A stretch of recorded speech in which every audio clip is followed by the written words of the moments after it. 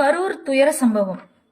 உயர்நீதிமன்றத்துல ஒரு சிறப்பு புலனாய்வு குழு விசாரிச்சுட்டு இருக்காங்களா. இதுக்கு மேல விசாரிச்சா எல்லாம் வெளியே வந்துரும் சொல்லிட்டு மேல்முறையீடு ஏன்பா பண்றீங்க? குத்தமுள்ள நெஞ்சுதானே குறுகு இருக்குது. என்ன எல்லாம் வரும். பொறுமையா இருங்க மக்களே, பொறுமையா இருங்க. எந்த அளவுக்கு இதெல்லாம் இப்படி ஒரு கொடுமையான ஒரு நிகழ்வுகள் எல்லாம் நிகழ்த்தி உங்களை எல்லாம் முட்டாள் ஆக்கிட்டு இருக்காங்க. சர்க்கார்ல சொல்லுவார்ல, ஜனங்கள்ல பாதி பேர் முட்டாள், எல்லாம் கோவப்படுவீங்களா? ஓகே, பாதி பேர் அறிவாளி அப்படின்னு சொன்னோனையும் ஒரு சீன் வரும்ல, அந்த மாதிரி தான் இப்ப இருக்கு. இதெல்லாம் எங்க போய் முடியும்னு தெரியல. கண்டிப்பா நடக்கும்.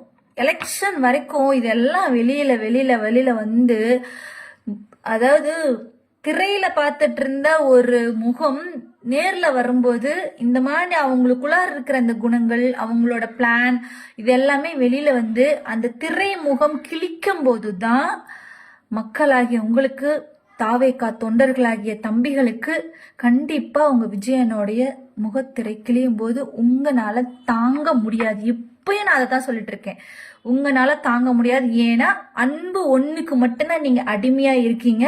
விஜயனோட போலியான முகம் அப்படியே கொஞ்சம் கொஞ்சமா கிளிய ஆரம்பிக்குது. மக்களே, தம்பிகளே, வெயிட் பண்ணி பாருங்க. நீங்க ஹீரோயிசம் பண்றதுக்காக பண்ண ஒரு விஷயத்துல இன்னைக்கு ஹீரோவா செந்தில் பாலாஜி அண்ணா தான் இருக்காரு.